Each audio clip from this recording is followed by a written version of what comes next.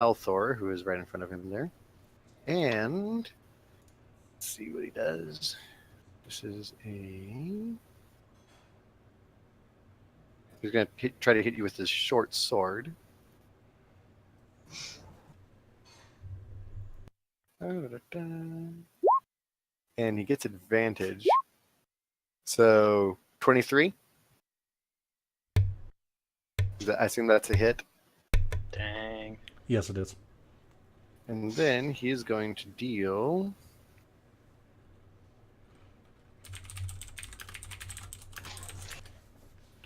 Let's see what it say.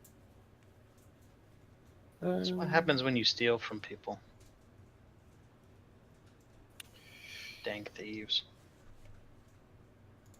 This is not going to be very nice for you, actually. All right, so he is going to deal... His short sword is 1d6 plus 3.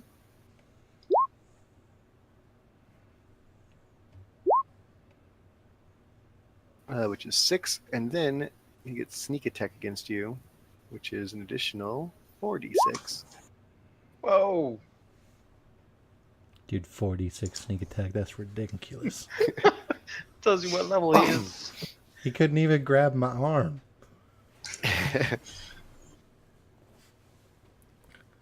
So that would be 17 damage. Does that... So I'm dead? Okay, so I just want to make sure. When he swings in to hit you, you can see that he's not really that concerned with you, it seems like. And as he stabs his dagger, actually it's a short sword, as he stabs in with his short sword, at the last second he swings it and just hits you with the pommel and knocks you to the ground. I should not. And so you're going to be... He actually doesn't even knock you out. He basically is pulling his punch. So he leaves you at 1, but he knocks you prone. All right. And he also is going to tell everybody, the rest of you, to just go ahead and surrender. Surrender now. Zalthor, you are still conscious. Then you have 1 hit point. I want to tie. And you do have a dagger that you... I want to tie his shoelaces together so bad.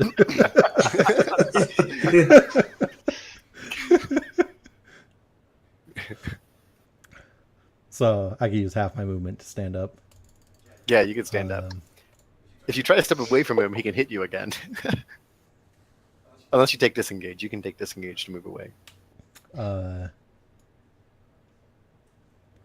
But for real, I really want to tie his shoes together.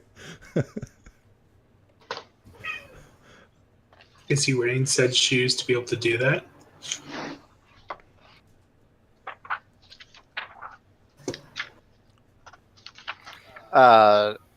I guess he has like soft leather boots on. They'd have laces. Nah, I think I'll disengage, and So you can probably move 3 more squares. so I'll disengage back to right here, and just say, turn to everybody else and say, stand down. We're I don't know, like tell these guys to stand down and say, I've taken my blows as I've earned them. All right. That'll be your turn. Thorian, you want to do something fun? I will just hold my shield up in front of me, and I will... No, I won't even hold my shield up. I'll just stand down. Okay. If you guys want to, you can kind of all be ready to dodge, and that won't be a problem. Marvel. I'm gonna sit down and put my hands up. All right. No, up, not that. These guys are all going to kind of come around.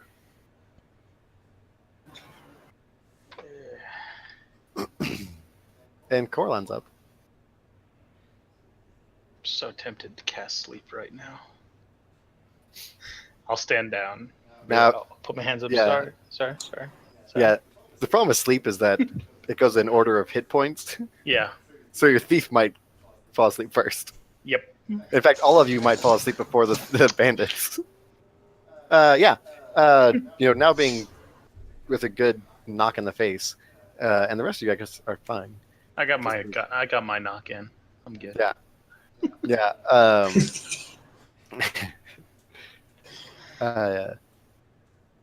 Yeah. So at this point, they kind of force you to empty your pockets here, and kind of just see what you guys have. They kind of rifle through your stuff a little bit, but when he sees the somewhat pathetic amount of money you guys have, he doesn't even bother stealing it. Arvin just says, looks like you need this more than we do. And so he lets you keep your money. He does find the gold and the silver daggers, and he kind of looks at them and questions you. You guys been messing with the cult out there? We may have stumbled across a I want to say looks to be a sacrificial. I want to say not the cult, just the coin.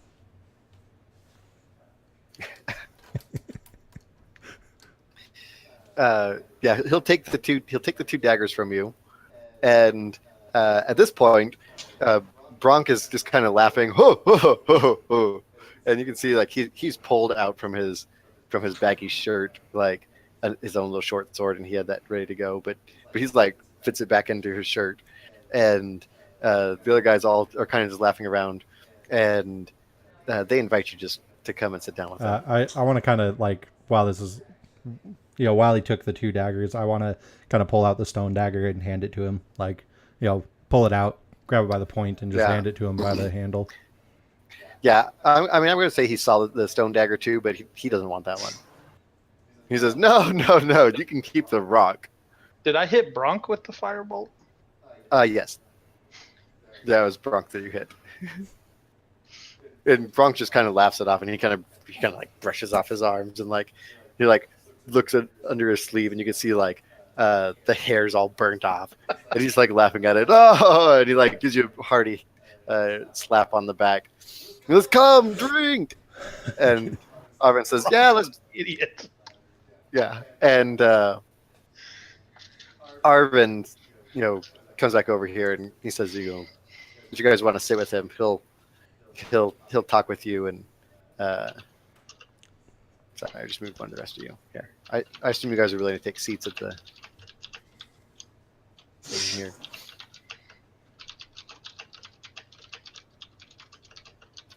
These other guys, you can see that they're kind of like, they're kind of milling around, and they're not really like interfering with you guys at all. But at the same time, you can see that they're kind of keeping an eye on you. They're not just completely ignoring what's going on there. I just want to kind of like rub my jaw or whatever where he hit me, just be like, man, sorry, it was nothing personal. And we lost him for a second. And apparently Andrew's gone. this mouse has a little button you can click to go back a page. And I accidentally hit it. Your mic's unmuted on Roll20, by the way.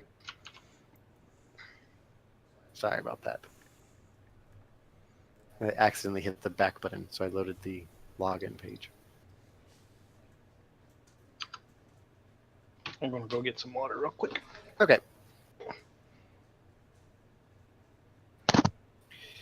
A couple of the bandits go, including Bronk, and they bring you your other stuff there. And Arvin says, you guys did fine. Don't worry. There's been many a man who didn't know when to stop fighting. I've spilled more than my share of blood out here. Of course, that's why we leave town, isn't it? To do some killing. I want to ask what's the deal with that? What's the deal with the no killing? Well, there's one of us who stayed in town, a man who would know a thing or two about that. He did more than his share of killing and got more than his share of coins, and now he sits and sulks all day. But there's little he can do now. And of course, with the with Ahat there taking over, we all decide to leave town and leave it to him. He's a rough one, and he has a good collection of coins himself. This guy coming through the rift, he's done scared us off. So now we take refuge out here.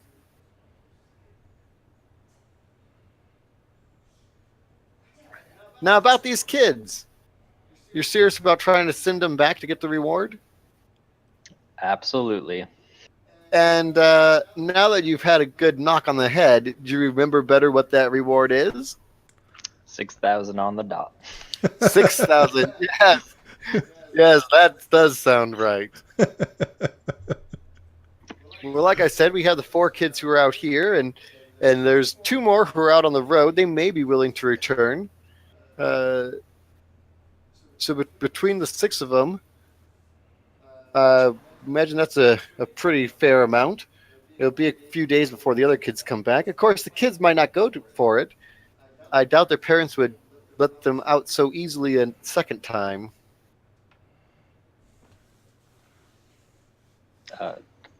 I say I'm sure we can persuade them. Well, I'm game for it if they are.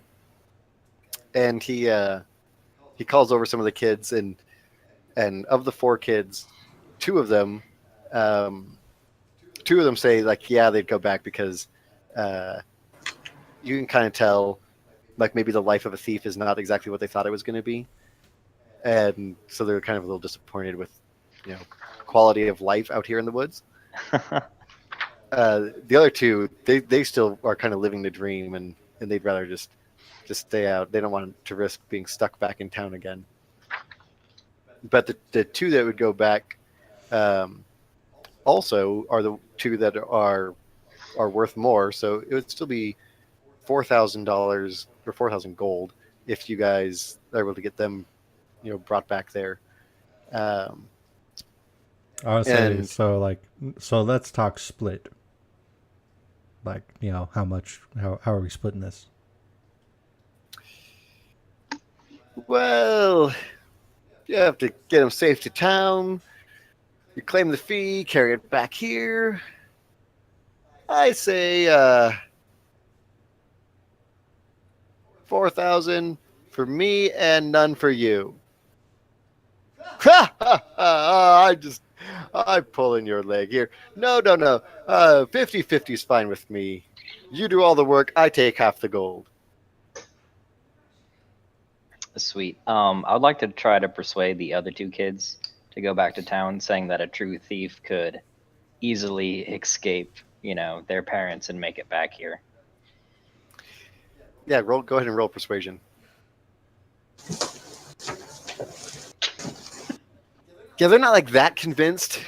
They believe you, but they also know that they're still in training, and they don't think they're probably quite to the point where they could escape from their parents' houses that easily. I want to chime in and just be like, look, kids, this is coming from a real thief. You can do this. All right, go ahead and roll persuasion as well. Yeah, the other 2 are like, they think that, like, with your skills, they could probably, see a way out and make it out, no problem. So they're kind of they're on your side. So that would be 4 of the kids. Arvin does tell you, like, now the other 2 kids, we could wait for them to come back. They'll probably be back in a day or 2, and you could certainly send them on if there's a reward for them. You said there's a reward for all 6 of them? Well, Correct. 8 actually. Now 8. Now 8's an interesting number because we have not had 8 kids come through here. Typically, they meet us over at the circle you saw, and we pick them up in the night. But Can I ask if he knows anything about the other path then? well, there are the cultists. Not sure you want to mess with them. They've been killing animals out there. It seems like every time we check, it's something bigger. They started